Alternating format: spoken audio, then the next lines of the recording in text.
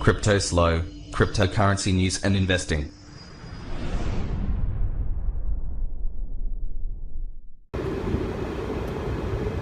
CryptoSlo with more crypto kids. What's going on, guys? It is Thursday, 2019. As the beginning of the video says, REKT. No, not really. You know, today is a good, you know, when you wake up in the morning, you roll over, you check your bit screener or your block folio, and you're just like, ah! Yeah, it sucks. What can I say?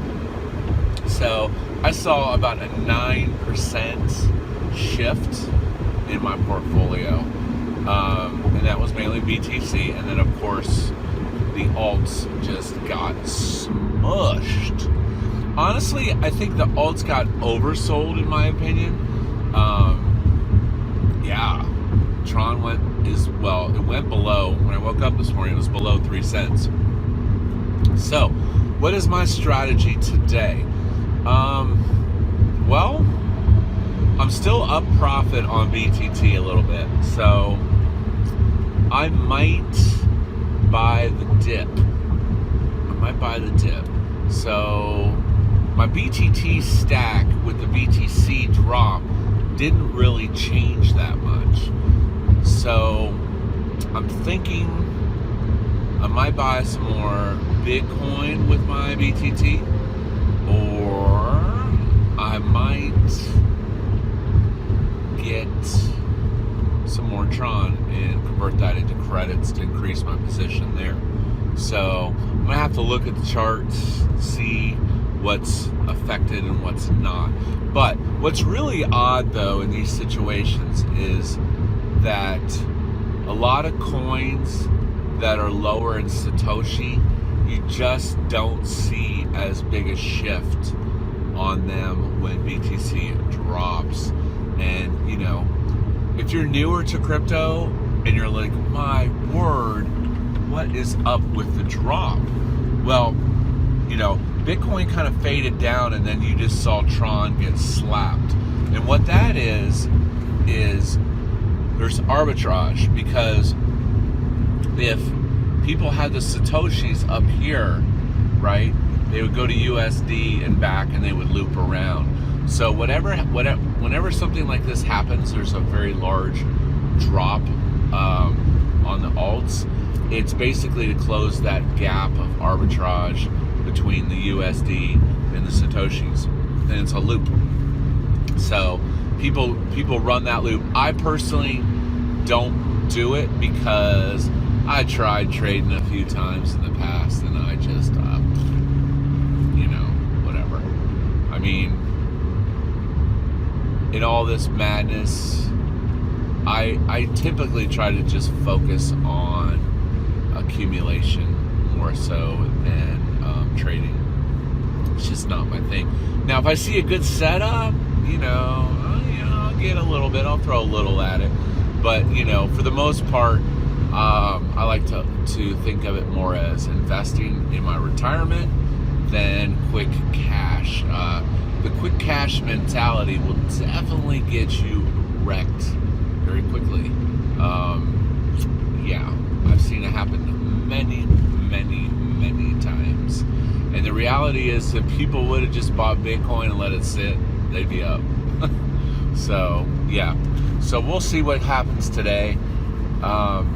You know, related to that, unbelievably, is a massive amount of Tether has been pumped into Binance, and just a massive amount of Tether in general has been printed.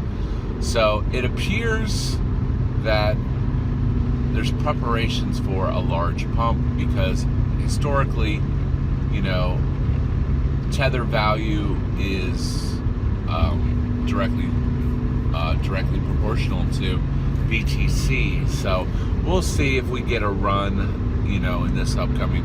Really, the big thing is how we close the week out on the Sunday candle. But I'm not too worried about it, you know. The better way, so you don't drive yourself crazy, is just keep accumulating Bitcoin. You know, if you're new to the space, you know, set your Coinbase on auto and buy every couple weeks or something, or buy a little in the Cash App, and, you know, just stack it up a little bit. So, you know, we shall see. But yeah, don't stress yourself out too much about it. On other news, I hope you caught my video last night on the deflationary token craze. We had a new person join the club, Tron Dash, the Dash token, and I guess airdrop number 1 is underway. The Void airdrop number 3 is underway, and Bankroll Network is getting ready to start staking. So what we saw with Void, once staking started, the Void price increased proportionally. What does this mean? What do I think it means for Banker token? I think we could see a 3 or 4xer on Banker token up to maybe 40 or 50 once staking starts. Keep in mind, this is going to lock up a lot of that supply that's floating around, or people just looking to make a quick flip with their airdrop. And yeah, so we shall see. But I would expect with staking, I mean, the same thing happened to Frag. It basically tripled or quadrupled in price. It went from 0.7 to 3.5, 4. Now, I don't know what those tokens are doing this morning because I haven't looked at them, but you know, there's high volatility in those. So do your own research. And remember, deflationary tokens in general are usually free, or at least to some extent, a portion of them are free. So, you know, don't go crazy buying a bunch of tokens that you can't afford. A safer bet, if you don't have a lot of resources, is just to participate in the airdrops and have some fun with the coins. Yeah, so upcoming this weekend, I will actually be traveling. We're going to a metal festival. So a lot of you probably didn't know that about me. I am a metalhead. Not like super death metal, guar. I mean, I can tolerate that, but you know, like rock, hard rock, Seether, Five Finger, Godsmack, you know, all of the usual suspects. But yeah, I'll try to get some live footage from the show for everyone, and I'll be sporting some of my crypto gear to promote adoption at the concert, because everyone knows tattooed metalheads love Bitcoin. Yeah. So other than that, have a great day. This is CryptoSlo. If you're not talking gains,